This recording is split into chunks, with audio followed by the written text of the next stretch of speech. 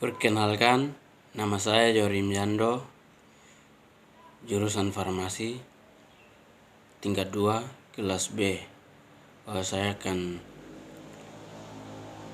membuat video tentang komunikasi farmasi. Komunikasi farmasi merupakan sebuah proses penyampaian pikiran atau informasi dari seseorang kepada orang lain melalui suatu cara tertentu sehingga orang lain tersebut mengerti betul apa yang dimaksud oleh penyampaian pikiran atau informasi tersebut. Itu komponen pokok komunikasi itu seperti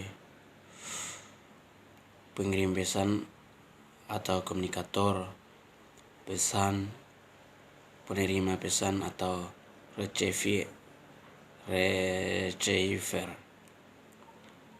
Fungsi komunikasi. Fungsi komunikasi yang pertama untuk mendapatkan respon atau feedback.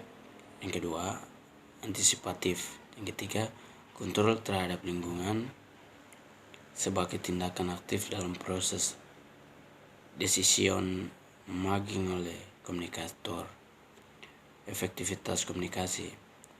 Yang pertama, keterbukaan. Yang kedua, empati. Yang ketiga, kepositifan. Yang keempat, kesamaan. Komunikasi dalam praktek farmasi. Proses komunikasi antara farmasi dengan pasien menjalankan dua fungsi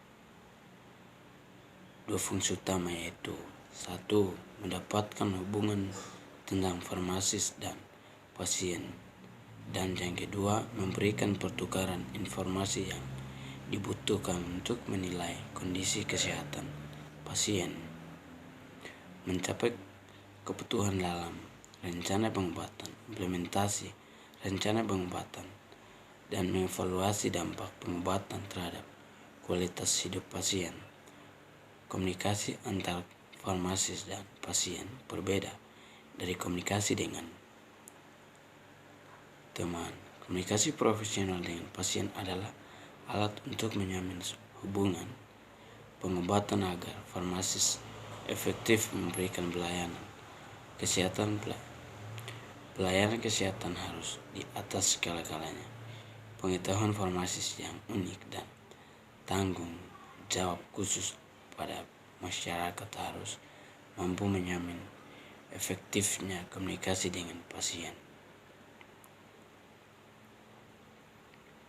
Komunikasi farmasi pasien menetapkan hubungan antara pasien dan farmasi dan pasien, memberikan pertukaran informasi yang dibutuhkan untuk menilai kondisi kesehatan pasien, mencapai keputusan dalam rencana pengobatan, implementasi rencana pengobatan, dan mengevaluasi dampak pengobatan terhadap kualitas hidup pasien.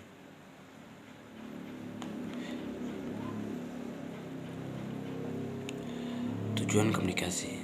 1. Untuk memahami dan mengemukakan diri sendiri. 2. Menemukan dunia luar sehingga dapat dengan mudah penyesuaian diri sendiri dengan lingkungan. Membentuk dan memelihara hubungan yang bermaksa dengan orang lain.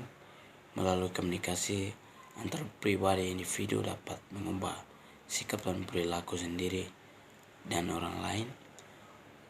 Mengkomunikasi antar pribadi merupakan proses belajar, mempengaruhi orang lain, mengubah pendapat orang lain, membantu orang lain. Hambatan komunikasi.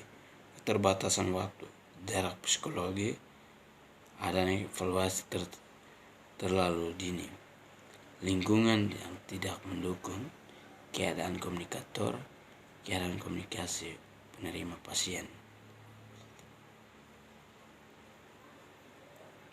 Konseling yang merupakan salah satu bentuk komunikasi dalam praktek kefarmasian memiliki manfaat bagi pasien maupun apoteker seperti yang dijabarkan pada pembahasan dalam penulisan makalah ini, penerapan konseling obat dapat peningkatan kepatuhan pasien dalam penggunaan obat karena pasien mendapatkan penjelasan mengenai manfaat penggunaan obat sesuai dengan aturan pakai yang sangat berpengaruh dalam meningkatkan kualitas hidup pasien.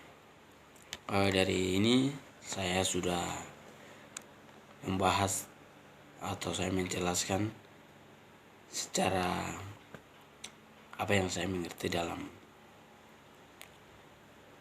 komunikasi farmasi. Jadi seorang farmasi kalau harus memberikan obat kepada pasien harus komunikasilah dengan sebaik-baik mungkin agar pasien tersebut ini juga tidak mengalami kecewa atau kesakitan tambah parah lagi, karena seorang farmasi yang Anda salah bicara atau salah kata, pasti seorang pasien ini dia akan rasa sakit. Karena itu kita harus menghormati apa yang ada saat itu. Karena itu banyak hal, tapi itu menurut saya video ini sekian.